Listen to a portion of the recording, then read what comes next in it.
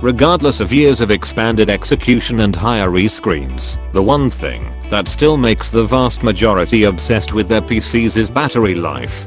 That is the interest behind another type of PCs that keep running on Snapdragon 835 processors from Qualcomm, as opposed to the Intel and sporadically AMD CPUs that power about each cutting-edge PC. A modest bunch of cases have been reported by HP and Asus, and now Lenovo is joining the gathering. Up until this point, still a really selective one, with the Miix 630.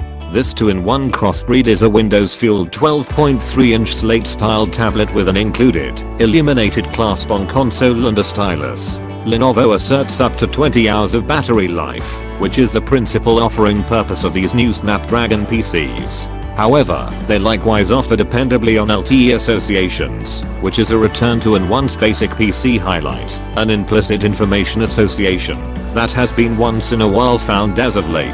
It additionally adds to the telephone-like vibe, like the other Qualcomm-controlled PCs we've seen.